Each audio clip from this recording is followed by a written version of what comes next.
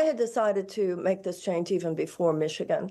But the uncommitted vote is interesting in that if you put the uncommitted vote together with my numbers, together with Dean Phillips' numbers, it is obvious that there are many Democratic voters who are deeply concerned about the president's, not only his policies necessarily, some yes, some no, but also his ability to beat Donald Trump in 2024.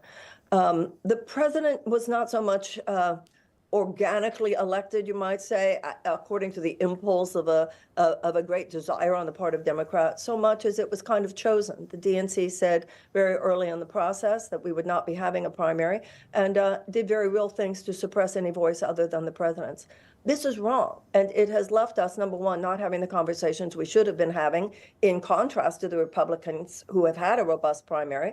But also, it means that we're not having the conversations that we most need to be now in order to win, and have now in order to win in 2024. You highlight some of the concerns. One of the major concerns about beating former President Donald Trump, should he become the nominee. It seems all but likely at this point that that would be where the rematch would be, should Biden win the primary as well in his reelection bid. I'm curious to know, you talk a lot about the Democrat Party. There are factions within the Democrat Party that are not happy with President Biden. Many want to call for a ceasefire with Israel and Hamas. That's why you've seen the 100,000 votes plus in Michigan for uncommitted. At least that was the call by Congresswoman Rashida Tlaib. I'm sure you're aware of that. But there are other Democrats that are just borderline worried about the mental stamina of President Biden.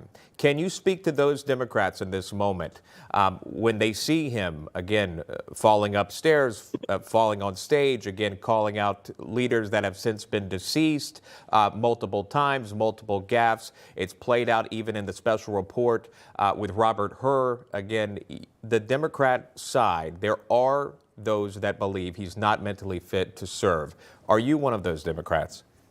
Well, what's important is not only the Democratic voters feel that way, but all American voters feel that way. 70% of the American people have said that they believe that the president has an issue there. We need to win in 2024. This is to allow this issue to dominate. This is why this president is not the strong candidate that we need in 2024. You know, whether you believe that the president has done a good job or not, and I think there are many things that the president deserves credit for. I do not think the president has been an awful president or anything like that. What we're talking about, however, is going forward, and absolutely the issue of his cognitive abilities, his making some of the mistakes that you mentioned. It is absolutely true, regardless of someone's opinion. This is fact that is demonstrated in poll after poll. People are very concerned about it, and it absolutely weakens his candidacy. I wanted to close with this. Again, for your candidacy moving forward, many of these policies, many of these campaign issues are things that resonate with voters. And to give an example of either it's foreign policy, one of the biggest ones, though, seems to be the border crisis. Again, between 8 and 9 million coming across illegally. Those are gotaways, as well as those we know with encounters, according to CBP. Some on the terror watch list that was testified in front of congressional leaders as well by the FBI Director, Christopher Wray. Is the border one of your biggest concerns? The border is a concern for any conscious American.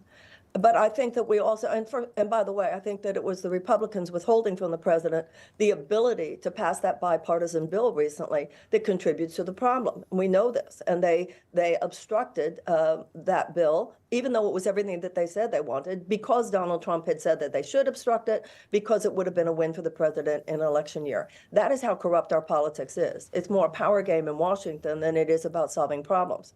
I also believe, however, that there is no wall, there's no surveillance system.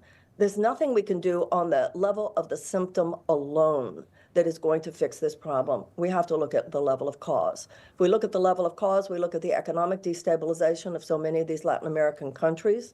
And also we have to look at ways that we can undermine the power of the drug cartels. So in this issue, as in so many others, I'm not interested in only addressing the symptom, which we could do. We know what to do.